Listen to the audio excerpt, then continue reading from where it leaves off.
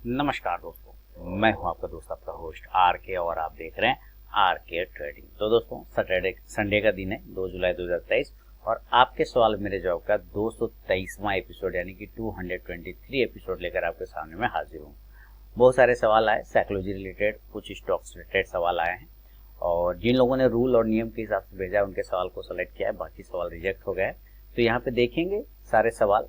आपने अगर सवाल नहीं भी भेजा है तो भी आप जरूर देखिए, हो सकता है कहीं ना कहीं आपके भी सवाल का जवाब इसके अंदर मिल जाए, अगर आपके दिमाग में कोई सवाल चल रहा हो तो। बाकी आप टेलीग्राम चैनल और आर के ट्रेडिंग मोबाइल ऐप को ज्वाइन कर सकते हैं लाइव मार्केट में कॉल के लिए। और अगर आप swing calls, premium swing calls प्राप्त करना चाहते हैं तो मेरे लिंक के थ्रू अकाउंट ओपन करें, espresso, fire, LIC blue, Angel One, Zerodha, Samco किसी एक में, फिर मैं आपको अपने प्रीमियम स्विंग ट्रेडिंग ग्रुप में ऐड कर लूंगा। बाकी इंट्राडे ट्रेडिंग कोर्स का एनरोलमेंट स्टार्ट है जुलाई 2023 बैच के लिए। तो जिनको कोर्स ज्वाइन करना है वो 8 जुलाई 2023 से पहले एनरोलमेंट ले सकते हैं मेरे मोबाइल ऐप के थ्रू। चलिए शुरुआत करता हूँ सवालों का सिलसिला और देखते हैं सबसे पहला सवाल किनका है। कोई भी पर्सनल बाइंग और सेलिंग की सलाह नहीं होगी। अगर आपका स्टॉक रिलेटेड क्वेश्चन होगा तो उस पर मैं अपना व्यू बताऊंगा। बाकी सारे सवाल आप देखें, साइकोलॉजी रिलेटेड काफ़ी ज़्यादा एजुकेशन आपको यहाँ पे मिलेगा। कोशिश करता हूँ जवाब देने की। तो चलिए शुरू करता हूँ सिलसिला।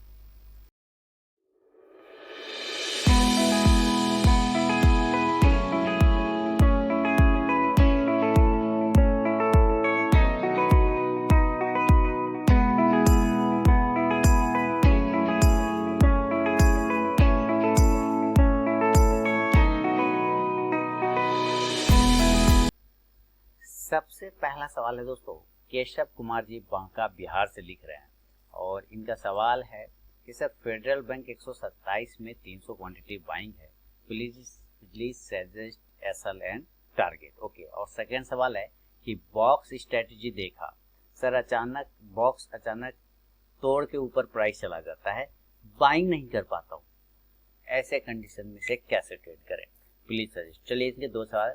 सबसे पहले मैं सेकंड सवाल के बारे में बता दूं। जो लोग, अगर आप नए व्यूवर हैं तो आप मेरा निफ्टी और बैंक निफ्टी का एक वीडियो मैंने डाला था। बैंक निफ्टी का ज़बरदस्त प्रॉफिटेबल और खतरनाक स्ट्रैटेजी के नाम से थंबनेल बना होगा, उस वीडियो को देखिए। बैंक निफ्टी का उसमें ट्रेडिंग स्ट्रैटेजी है, बहुत ही सिंपल, उस पर लाइव ट्रेड करके मैंने दिखाया है किस तरह से आप ट्रेड कर सकते हैं। ये नए व्यूवर के लिए है इंफॉर्मेशन। उसी के अंदर, उसी स्ट्रैटेजी वाले वीडियो के अंदर ही इनका सवाल है कि अचानक से तोड़ के चला जाता है तो बाइंग नहीं कर पाता हूँ, क्या करें। देखिए, उस उम्मीद है कि आपने वीडियो को स्किप करके नहीं देखा होगा केशव जी। उम्मीद है कि आपने वीडियो स्ट्रैटेजी वाला स्किप करके नहीं देखा होगा। मैंने उसमें साफ बताया था। चलिए इसको थोड़ा सा चार्ट पे समझते हैं। मैंने उसमें साफ बताया था कि कोई भी, जब आप इंडेक्स में ट्रेड कर रहे होते हैं और उस बॉक्स के अंदर अगर वो फंसा, जैसे फ्राइडे वाला भी मैं आपको दिखाता हूँ। फ्राइडे वाला मैंने क्या कहा था कि 9:30 से 10:30 11 बजे तक एक बॉक्स बनने का वेट करिए। एक बॉक्स उसको बनने दीजिए, 9:30 से 11:30 हो जाए, 11 हो जाए, बेसिकली एक बॉक्स चाहिए। लेकिन वो बीच में नहीं चाहिए, मुझे 1:30-2 बजे के बाद का नहीं चाहिए, मुझे पहले ही चाहिए 9:30 से 10:30 मैक्सिमम 11 बजे तक।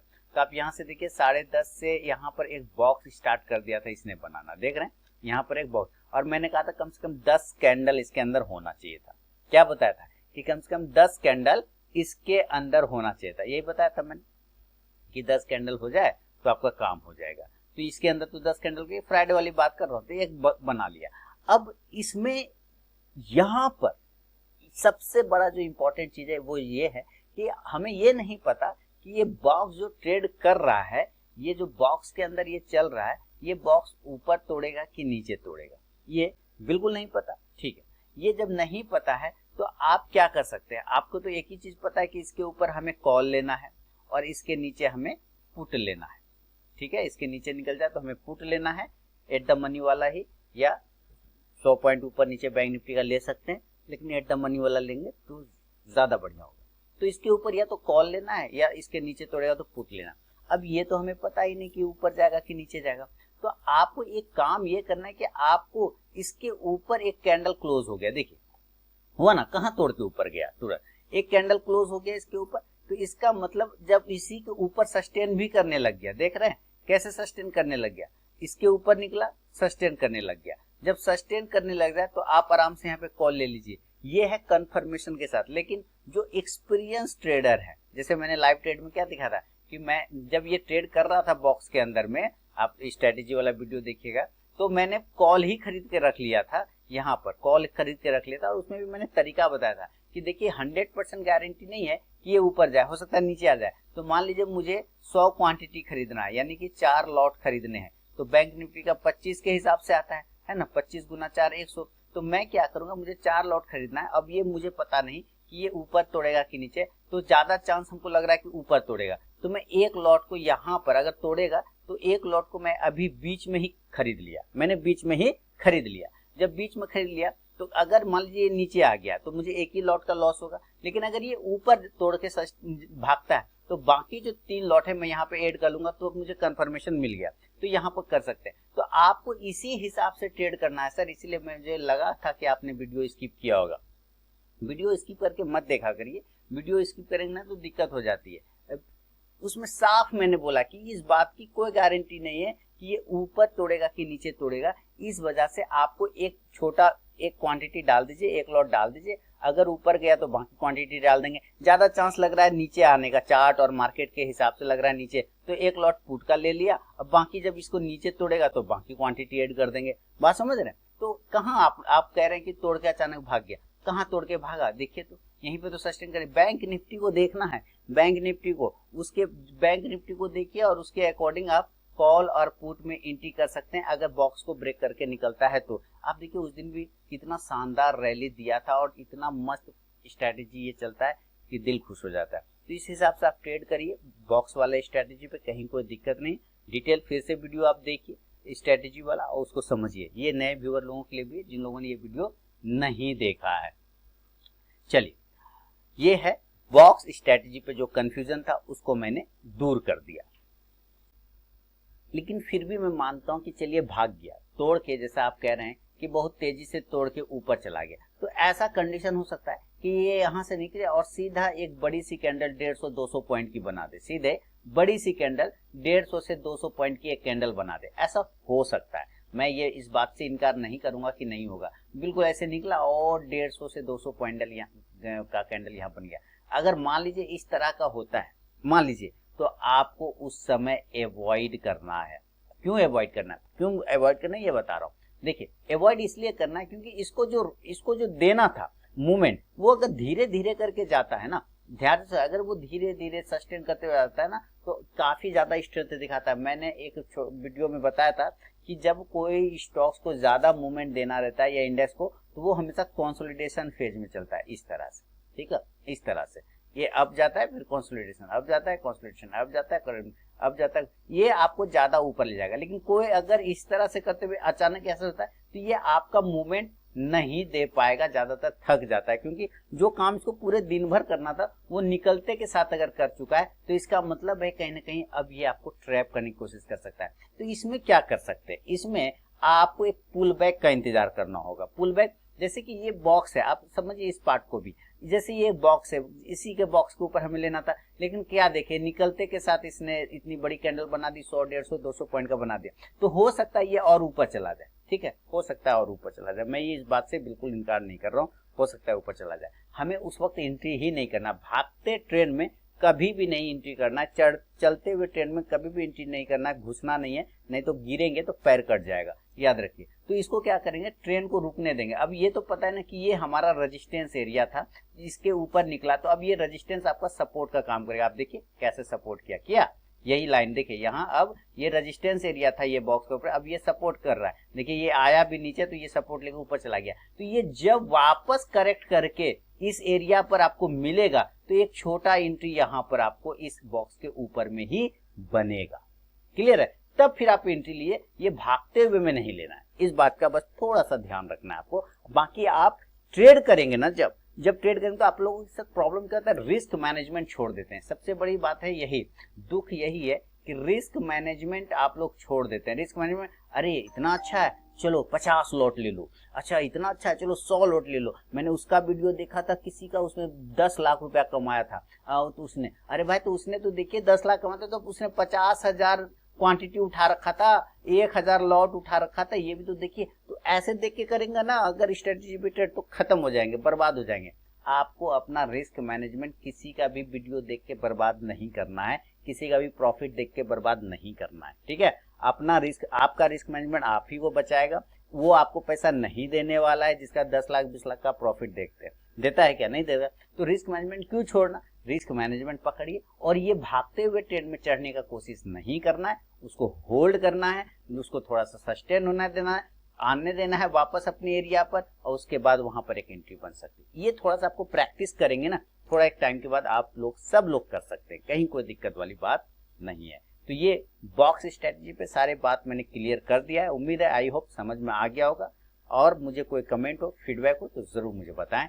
इस स्ट्रेटेजी पर मैं और भी आपको क्लियर करने की कोशिश करूंगा अगर कोई सवाल है तो। लेकिन जिन लोगों ने वीडियो ही नहीं देखा है बॉक्स स्ट्रेटेजी वाला बैंक निफ्टी का, वो जरूर देखिए पहले वो वीडियो जाके, फिर आप मुझे कमेंट करके बताइएगा। चलिए आगे बढ़ता हूं और मिलता हूं नेक्स्ट वीडियो में। दूसरा सवाल आपका ये है, दूसरा सवाल ये था कि फेडरल बैंक 127 में 300 क्वांटिटी बाइंग है, please suggest SL and target. तो चलिए फेडरल बैंक को यहाँ पे देख लेते हैं कि फेडरल बैंक में बाइंग किया हुआ है आपने 127 में 300 क्वांटिटी। देखिए ठीक है, फेडरल बैंक ऐसा कोई खराब नहीं है, बिल्कुल सही है। दिक्कत इसके साथ वही है, कंसोलिडेशन का है। 120 इसका मेन सपोर्ट एरिया है। 120 के नीचे जाने पे मैंने पिछले बार ही बताया था, 120 के नीचे जाने पे ये खराब होगा, क्लोजिंग देगा अगर 2-4 दिन तो खराब होगा, 115 तक जा सकता है। लेकिन आप देखिए ये 120 के नीचे सस्टेन ही नहीं कर रहा है और बिल्कुल एक मूवमेंट है, अभी आप इसमें बने रहिए। 127 के ऊपर जो आपका बाइंग प्राइस है उसके ऊपर निकलने के बाद आपको एक तेज मूवमेंट बनेगा जो 130, 32, 35 तक लेके जा सकता है फेडरल बैंक में। तो ये केशव जी आपके सवाल पे मेरा अपना जवाब है। तो जो बॉक्स स्ट्रेटेजी वाला था उस पर क्लियर हो गया होगा, फेडरल बैंक था क्लियर हो गया होगा, फीडबैक दीजिएगा। आगे बढ़ता हूँ और अगला सवाल की तरफ चलते हैं। प्रबोधन चांदाने जी पुणे महाराष्ट्र से लिख रहे हैं अगला सवाल। ये लिख रहे हैं सीरीज के शुरुआत में, ध्यान से देखिए, सीरीज के शुरुआत में अगर अपना कैपिटल 30,000 है और पहले ही दिन 1.5% से 2% कैपिटल चला जाता है, मतलब इनिशियली लॉस हो जाता है, तो सर आप इस सिचुएशन में अपनी साइकोलॉजी और माइंडसेट को कैसे टैकल करते हैं? दूसरा, कोई भी ट्रेंड चल रहा हो, अप ट्रेंड या डाउन ट्रेंड, प्रेजेंट ट्रेंड के रिवर्सल के लिए आप कौन से फैक्टर कंडीशन को देखते हैं?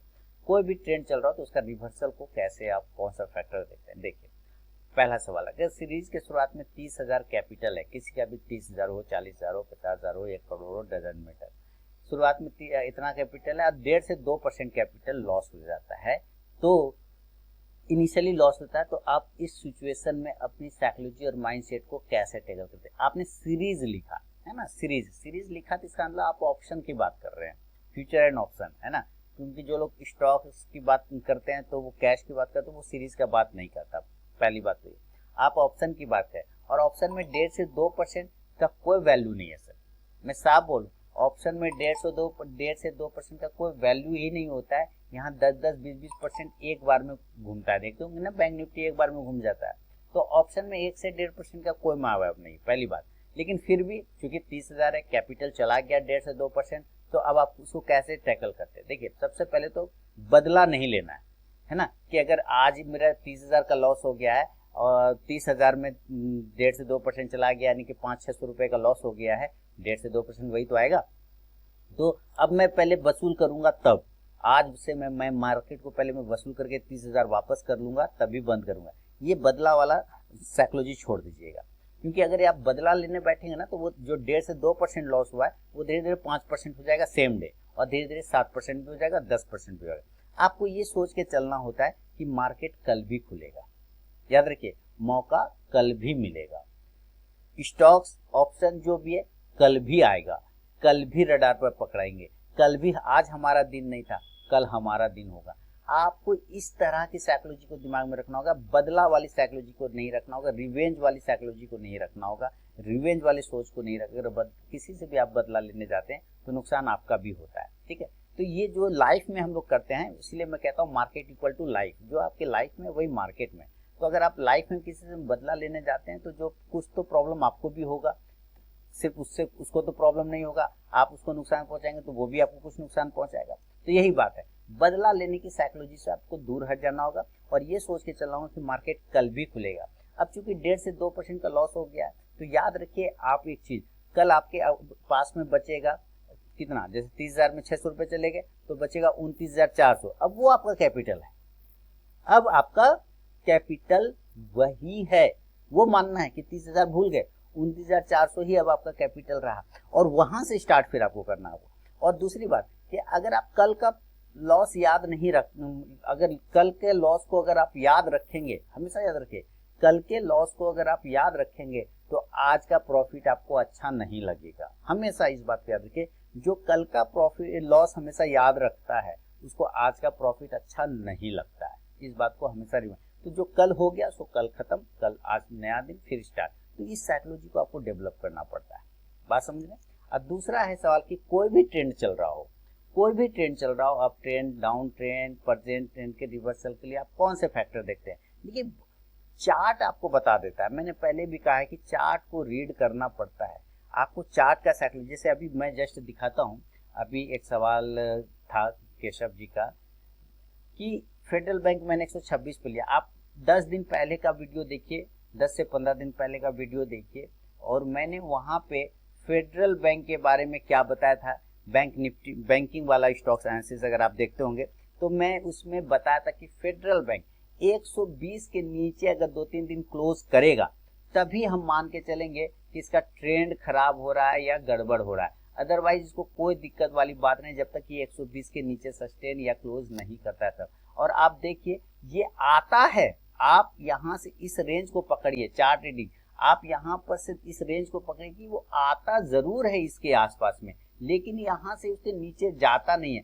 अगर ये जा नहीं रहा है और ये कहीं ना कहीं अपने प्रीवियस जो एरिया है या प्रीवियस जो रेजिस्टेंस एरिया है उसको भी अगर ये ब्रेकआउट करने की कोशिश कर रहा है और सक्सेस भी कर रहा है, तो इसका मतलब है हमें यहाँ पर से ही ये साइन दे रहा है कि हम इसके नीचे नहीं जाना चाहते, हम इसके नीचे नहीं जाना चाहते। ये यहीं से कहीं ना कहीं हमें ये कह रहा है कि ट्रेंड को हम रिवर्ट करने को तैयार बैठे हुए हैं, ठीक है।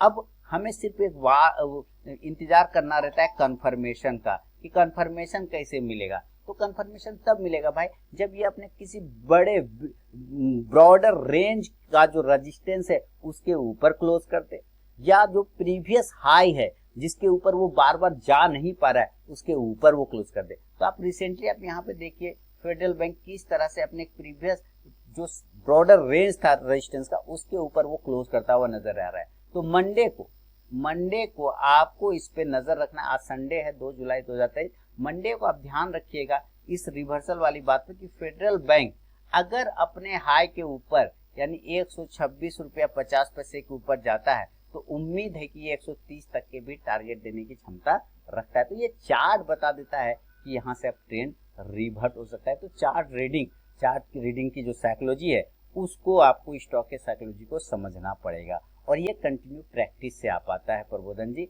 एक दिन में नहीं आएगा पर एक दिन जरूर आएगा, याद रखिए। एक दिन में नहीं होगा पर एक दिन जरूर होगा, इस बात को हमेशा याद रखिए। तो ये है आपको आपके सवाल पे प्रबोधन जी जवाब कि किस तरह से आप ट्रेंड के रिवर्सल को पकड़ सकते हैं, ठीक है। चल फीडबैक जरूर दीजिएगा। बढ़ता हूं अगला सवाल। चलिए, तो ये प्रबोधन जी जरूर फीडबैक दीजिएगा। अगर आपको मेरे सवालों से फायदा हो रहा है, पहुंच रहा है, तो आप मुझे जरूर जवाब दीजिएगा। अच्छा, आगे बढ़ता हूँ, अगला सवाल देखते हैं किनका है। और अगला सवाल है एक, ये तो हो गया। अच्छा, कमल सारस्वत जी भागलपुर से लिख रहे हैं कि मैं आपको वीडियो बहुत देखता हूँ, मैं आपका वीडियो बहुत देखता हूँ सर। मैं सवाल है कि मैंने एक बैंक निफ्टी का एक कॉल बाय करा और किसी कारण की वजह से एक्सपायरी के दिन एग्जिट नहीं कर पाया, तो क्या हो सकता है, मुझे पेनल्टी लगेगी क्या? देखिए सेबी का रूल है कि कुछ ना कुछ अगर आप एट द मनी माने करंट एक्सपायरी वाला ही ले रहे हैं, माने करंट एक्सपायरी वाला ले रहे हैं, अगले वाला ले रहे हैं तो कोई बात नहीं, वो तो होल्ड होके चला जाएगा। लेकिन अगर करंट वाला होता है तो वो जीरो नील बटा सन्नाटा होता है, 0.5 पैसा में आके रुक जाता है। जब वो रुक जाता है ना, तो अगर आपने नहीं काटा है तो आपको कुछ ना कुछ पेनल्टी लगता है, लेकिन उसके भी कुछ कंडीशन बनते हैं ना, वो कंडीशन बनता है। लेकिन आपने अगर सेल किया है तब, बाय किया है तब ना, बाय किया तो आपने ऑलरेडी प्रीमियम दे दिया है, बात समझिए। बाय में तो आपने ऑलरेडी प्रीमियम दे दिया ना, प्रीमियम दे के ही तो खरीदा। तो आपको मान लेते हैं कि 100 रुपए का बैंक निफ्टी का आपने एक कॉल खरीदा, तो 100 और गुना 25 क्वांटिटी होता है तो 2,500 पूरे लगते हैं आपके। तो एक बार आपने दे दिया, अब आपको कुछ नहीं, बाइंग में प्रॉब्लम नहीं होता। हाँ, अगर आपने सेल करके बैठे हैं तो फिर आपको वहां पे पेनल्टी लगती है अगर आपने नहीं काटा है तो। लेकिन अगर चूंकि आप तो यहाँ पे साफ लिख रहे हैं कि आप तो बाय किए हुए हैं ना, यहाँ पे आपने क्या लिखा, आपने यही तो लिखा कि एक कॉल बाय किया हुआ है। चलिए शायद यहाँ पे लिखा है ना आपने, बिल्कुल सही, आपने यहाँ पे साफ लिखा है कि आपने एक कॉल को बाय किया। तो आपको कोई टेंशन वाली बात नहीं है, आप बाइंग में कोई प्रॉब्लम नहीं, वो जीरो होकर खत्म हो जाता है। आपका अगर लॉस हुआ है तो 2,500 चले गए, प्रॉफिट हुआ है तो प्रीमियम बढ़ गया होगा, आपका प्रॉफिट आ गया होगा। सेल किया होता तो प्रॉब्लम होता कमल जी, अदरवाइज कोई दिक्कत वाली बात नहीं है। ठीक है, चलिए आगे बढ़ता हूँ। अगला सवाल, चंद्रकांत परदेसी जी लिख रहे हैं संभाजी नगर महाराष्ट्र से। देखिए चंद्रकांत परदेसी जी का सवाल क्या है, सर मुझे लगभग 1 साल से ज्यादा हो गया है ट्रेडिंग में, पता सब कुछ है लेकिन फिर भी मैं प्रॉफिट नहीं ले पा रहा हूँ। जैसे ही लॉस दिखता है मेरे तरफ से एग्जिट हो जाता है और फिर बाद में मैं देखता हूँ तो टारगेट हिट होता है। माइंड कंट्रोल नहीं कर पा रहा हूँ लॉस के डर से। देखिए एक बात आपको बताइए, तो वही बात हो गई कि हम रोड पर चलना बंद कर देते हैं एक्सीडेंट के डर से। गाड़ी चलाते हैं, एक्सीडेंट तो होता है, डेली होता है ना, डेली होता है। खेलते हैं, कूदते हैं, गिर जाते हैं, चोट लगता है। खेलना बंद करते हैं क्या? नहीं। गाड़ी चलाना बंद करते हैं क्या? नहीं। रोड पे पैदल जाइए तो एक्सीडेंट हो जाता है, पैदल चलते चलते। क्या लोग पैदल चलना छोड़ देते हैं क्या? नहीं। तो इसका मतलब क्या, एक्सीडेंट तो होगा, इसको आप नहीं रोक सकते। आप अपने तरफ से सावधानी बरत सकते हैं। हेलमेट लगा लिया, ध्यान सुनिए, जो कह रहा हूँ छोटी छोटी बातों को लाइफ से समझाने की कोशिश कर रहा हूँ। जैसे हेलमेट लगा लिया, हाथ में गार्ड उड लगा लिया, पहन लिया, घुटना में लगा लिया, है ना, तो आप सेफ्टी लेके चल सकते हैं। लेकिन उसके बाद भी गारंटी नहीं है कि एक्सीडेंट नहीं होगा। एक्सीडेंट होगा पर आपको चोट कम लगेगा। इसका मतलब क्या है कि आप जब ट्रेड करते हैं ना सर चंद्रकांत साहब, जब आप ट्रेड करते हैं ना तो आप एग्जिट इसलिए कर रहे हैं क्योंकि आप स्टॉप लॉस फॉलो नहीं कर रहे हैं। Helmet helmet helmet is your stop loss. Helmet पहनिए, स्टॉप लॉस लगाइए। Helmet is your stop loss. अगर आपने स्टॉप लॉस लगा लिया इसका मतलब आपने प्रोटेक्शन ले लिया, गार्ड लगा लिया, हेलमेट पहन लिया, अब आपको टेंशन नहीं, क्योंकि उतना ही जाएगा। आपने डिसाइड कर लिया ना कि ये मेरा स्टॉप लॉस है, फिर तो सर उतना ही जाएगा, उससे ज्यादा कोई टेंशन नहीं। बाकी चोट घाट नहीं लगेगा, ज्यादा एक्सीडेंट, अब ज्यादा चोट नहीं लगेगा शरीर में, यानी कि ज्यादा लॉस नहीं होगा। आप लॉस के डर से एग्जिट हो ही इसलिए जा रहे हैं क्योंकि आप कहीं ना कहीं जो है आपने स्टॉप लॉस फॉलो नहीं किया, आपने स्टॉप लॉस नहीं लगाया, और ना ही आप जो है रिस्क मैनेजमेंट को फॉलो कर रहे हैं। बात समझिए, छोटी छोटी बातें हैं, पॉइंट वाइज आप समझिए, छोटी छोटी चीजों को समझाने की कोशिश करता हूं। मैंने क्या बोला कि रोड पर आप चलते हैं तो क्या एक्सीडेंट होता है, बाइक चलाते हैं तो क्या एक्सीडेंट होता है? आंसर सब में आएगा यस। तो आप रोड पे चलना बंद नहीं करते, चलते हैं, बाइक चलाना बंद नहीं करते, चलाते हैं। हम उसको रोक नहीं सकते हैं एक्सीडेंट को, बल्कि हम सिर्फ प्रिकॉशन ले सकते हैं, यानी कि सेफ्टी कर सकते हैं कि अगर एक्सीडेंट भी हो तो चोट कम से कम लगे। इसलिए आप ट्रेड तो करेंगे लेकिन इसमें लॉस ना हो, जिसको आप रोक नहीं सकते, लॉस कम से कम हो, बस इसका प्रोटेक्शन आप ले सकते हैं, और वो प्रोटेक्शन आपका स्टॉप लॉस है। स्टॉप लॉस तो बाइक से जब में चलते हैं तो हेलमेट लगाते हैं। मेरा एक वीडियो है पुराना वाला, आप देखिएगा, उसमें मैंने इसी हेलमेट का जिक्र किया था कि क्या आप हेलमेट लगाते हैं, वो ट्रेडिंग के रिलेटेड ही थे। क्या आप स्टॉप लॉस लगाते हैं? अगर आप स्टॉप लॉस लगाया इसका मतलब आपने हेलमेट लगा लिया माथे पे, आपने हेलमेट लगा, आप टेंशन नहीं लेना है। तो आप अपना रिस्क मैनेजमेंट को फॉलो करिए, और रिस्क मैनेजमेंट के हिसाब से जो भी स्टॉप लॉस आपका बनता है उस स्टॉप लॉस को लगा लीजिए और निश्चिंत पूर्वक बैठिए और मार्केट को बोलिए ये या तो तुम मेरा स्टॉप लॉस लेके जाओ या तो तुम मुझे प्रॉफिट देके जाओ, या तो तुम मेरा स्टॉप लॉस ले लो या तो तुम मेरा प्रॉफिट हमको प्रॉफिट दे दो। अगर आप ये काम करने लग गए, अगर आप ये काम करने लग गए चंद्रकांत साहब, चंद्रकांत जी नाम है ना जी, चंद्रकांत परदेशी साहब, तो यकीन जानिए आपका जो ये डर होता है वो डर खत्म हो जाएगा। अब ये डर होगा कि आपका स्टॉप लॉस काट देगा। आप देखिए यहाँ पे दूसरे भी चीज आएगा आपके समझ में, दूसरी चीज भी कि होगा, स्टॉप लॉस हिट होगा, स्टॉप लॉस हिट होने के बाद वो टारगेट देगा, स्टॉप लॉस हिट होगा, स्टॉप लॉस हिट होने के बाद वो आपका टारगेट देगा। फिर आपके अंदर ये आएगा भावना, ओह बदला ले लेता हूं इससे, मैं अब जो हूं मैं वसूल कर लूंगा, री एंट्री कर लेता हूं, री एंट्री। क्यों?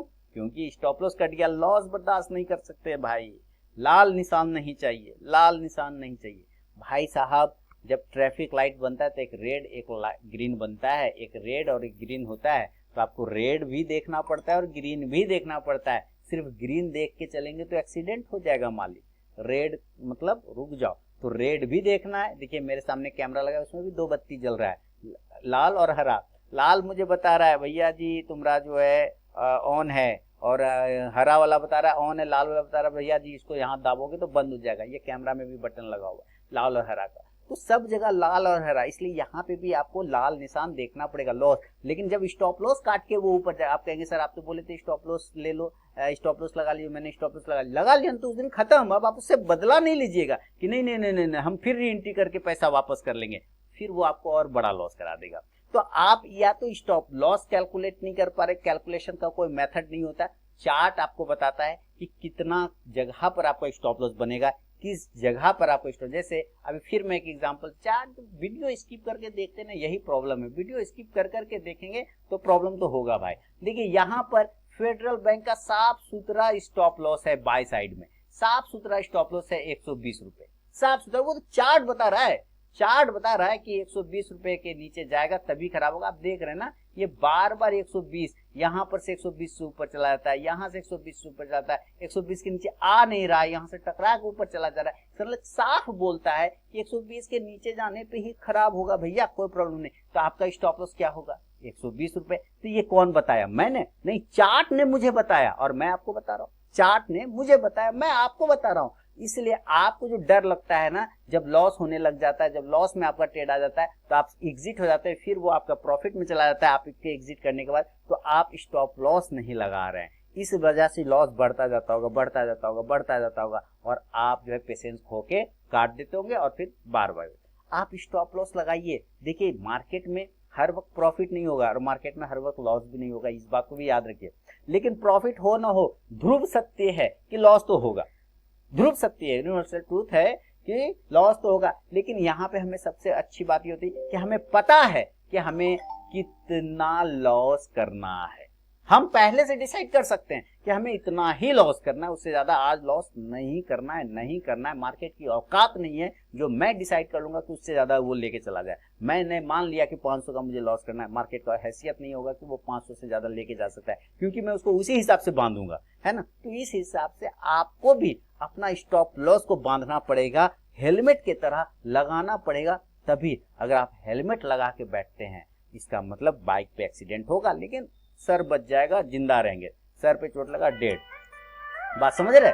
तो इस तरह से आप करिए, तो हेलमेट लगाइए, सुरक्षित रहिए, स्टॉप लॉस लगाइए, ट्रेड में निश्चिंत रहिए, कोई टेंशन वाली बात नहीं, कोई घबराने वाली बात नहीं है सर। तो उम्मीद है ये सारे लोगों के लिए है अप्लाई, चाहे नया ट्रेडर हो, चाहे पुराना ट्रेडर हो, एक्सपीरियंस ट्रेडर हो, सबके लिए। देखिए सब लोग स्टॉप लॉस लगाते हैं भैया, बिना स्टॉप लॉस का तो सिंपल है। कुछ लोग नहीं लगाते, तो जो एक्सपीरियंस ट्रेडर बहुत पुराने हो जाते हैं, हम लोग जल्दी अभी स्टॉप लॉस नहीं लगाते क्योंकि हमको पता है काटना कब है, आया कट खत्म, हमें पता है अब इसके बाद हो गया हमारा, है ना। तो हम एक एक्सपीरियंस के बाद, जैसे अब आप लिख रहे हैं कि आपको लगभग 1 साल से ज्यादा हो गया और ट्रेडिंग में सब कुछ पता है सब कुछ। तो सब कुछ पता करना ही नहीं है, जो मेन चीज पता करना वो तो आपने किया ही नहीं। आपको आपका हेलमेट पता होना चाहिए कहां पर है, यानी आपका स्टॉप लॉस पता होना चाहिए कि कहां पर लगाना है। सब कुछ नहीं जानना है आपको, बस आपको आपका हेलमेट यानी स्टॉप लॉस जानना है। इतना सा कर लीजिए ना सर। और मैं अपने व्यूअर को पूछूंगा क्या मैं गलत सलाह दे रहा हूं, मुझे कमेंट में बताएं, फीडबैक दीजिए मुझे, और इनको और भी कोई सलाह दे सकते हैं तो जरूर दीजिए। मेरे तरफ से तो स्टॉप लॉस का इशू है आपके साथ, आप स्टॉप लॉस फॉलो करिए या तो टारगेट फॉलो करिए, 2 में से जो आया घर लेके चले जाइए चुपचाप से, जब तक स्टॉप लॉस कटेगा नहीं बैठे रहेंगे। ये करिए, आप करिए, देखिए आपको फायदा पहुंचेगा। चंद्रकांत जी, ठीक है, चलिए आगे बढ़ता हूँ, फीडबैक देना बिल्कुल ना भूलें। अगला सवाल दोस्तों अनिल जी का है, हैदराबाद से। सबसे पहले इनका सवाल देख लेते हैं, और सवाल है इनका कि आप स्टॉक एनालिसिस बहुत अच्छा करते हैं और क्लियरली एक्सप्लेन करते हैं। चलिए सर, बहुत बहुत थैंक यू। ये SRH हाइपो स्टॉक्स का व्यू जानना चाहते हैं एक्चुअली, तो चलते हैं। लेकिन मैं सबसे पहले आपको धन्यवाद दूंगा कि आपको मेरा एक्सप्लेनेशन, स्टॉक एक्सप्लेनेशन बहुत अच्छा लगता है, उसके लिए बहुत बहुत धन्यवाद। देखते रहिए वीडियो, सीखते रहिए और कमेंट फीडबैक देते रहिए, और ऐसे लोगों को वीडियो शेयर कीजिए जिनको इस तरह की वीडियो की ज़रूरत है, जिसको इस तरह की नॉलेज की ज़रूरत है। तो चलिए मैं देखता हूँ SRH हाइपो स्टॉक्स आपका अगर लेना है तो किस भाव पे, किस जगह पे लेना है। मुझे इस स्टॉक्स पे थोड़ा डाउट हो रहा है, मैंने देखा नहीं है इस स्टॉक को कभी, लेकिन मैं चेक कर लेता हूँ। SRH हाइपो लिमिटेड, चलिए, और यहाँ पे आ गया, डेली के चार्ट पे लगा लिया, 717 के आसपास की क्लोजिंग चल रही है। देखिए अभी तो लेना नहीं, आपको बिल्कुल अभी लेने की कोई ज़रूरत नहीं है। दो कंडीशन पे आपको ले सकते हैं। इसमें कैसे कैसे कंडीशन बनेगा ये समझते हैं। सबसे पहले तो एक ये जो जोन बना लिया इसने, रेजिस्टेंस का एक एरिया बना लिया, या तो हमें इसके ऊपर लेना है जिसका कि भाव 720 रुपये के आसपास का आता है। 720 के ऊपर अगर ये निकलता है तभी आप लीजिए, अदरवाइज कोई लेने का ज़रूरत नहीं है। 720 नहीं बल्कि 750 के ऊपर, 750 के ऊपर लीजिए। मान लीजिए कि ये ऊपर नहीं गया और नीचे आ जाता है, तो नीचे आने के बाद जो रेंज बनता है ना, फिर नीचे आने के बाद आपके पास बाइंग का रेंज बनेगा 670 से 680 का। 670 से 680 के आसपास अगर ये स्टॉक आ जाता है तभी आप लीजिए इसमें, अदरवाइज इसको छोड़ दीजिए। या तो 750 के ऊपर निकलने देते हैं, या 670 से 680 के आसपास आ जाए तब लीजिए, अदरवाइज इसको अवॉइड करके चलिए। ठीक है, ये है अनिल जी का हैदराबाद से सवाल। टोनी गुप्ता जी रांची से लिख रहे हैं, BBL को बाय किया है 830 पर, इसको एड किस प्राइस पर किया जाए, हिंद जिंक को स्विंग के लिए किस प्राइस पर बाय किया जाए। बहुत बढ़िया, इसका आंसर पेंडिंग था लास्ट वीडियो में, वो माफ़ी चाहूँगा सर, ये मेरी भयानक गलती हो गई थी मुझसे, इसलिए मैं माफ़ी चाहूँगा कि मैं लास्ट वीडियो में जवाब नहीं दे पाया था। चलिए इस गलती को यहाँ पे सुधार लेते हैं। BBL को बाय किया 830 पर, इसको किस प्राइस पे ऐड करना है, और हिंद जिंक को स्विंग के लिए किस प्राइस पर बाय किया जाए। ओके, चलिए BBL हम लोग सबसे पहले वरुण बेवरेजेस लिमिटेड को देख लेते हैं, और BBL को देख रहे हैं तो 830 के आसपास में। देखिए ये आपको 750 के आसपास में मिले टोनी जी तो ज़रूर ऐड करिए। 750 के पास नहीं आया और ऊपर 830 जो आपका प्राइस है उसके ऊपर ही निकल गया तो आप उसके ऊपर ले सकते हैं। तो 830 के ऊपर ऐड करिए, या 750, 35, 700, ये सब रेंज इसके पास में आ जाए तब लीजिए, अदरवाइज अभी छोड़ दीजिए, जो ले रखा है ठीक है। दूसरा है आपके पास है हिंद जिंक, तो चलते हिंद जिंक लेना चाहते हैं। ओके, हिंद जिंक को लेना चाहते हैं, और हिंद जिंक का शेयर आपके सामने में आ रहा है, और भी देख लेते हैं हिंद जिंक को स्विंग के लिए किस प्राइस पे बाय। ये हिंद जिंक को बाय करना होगा तो हमें 315 से 320 के ऊपर निकलने पर बाइंग बनेगी, अदरवाइज नहीं। बहुत रिस्क लेना चाहते हैं तो 310 के ऊपर भी बाय कर सकते हैं, लेकिन बता दूं मैं फिर से सारे व्यूवर को, ये पर्सनल बाइंग सेलिंग की सलाह नहीं है, ये इन्होंने मुझसे व्यू पूछा तो मैं अपना व्यू बस बता रहा हूँ।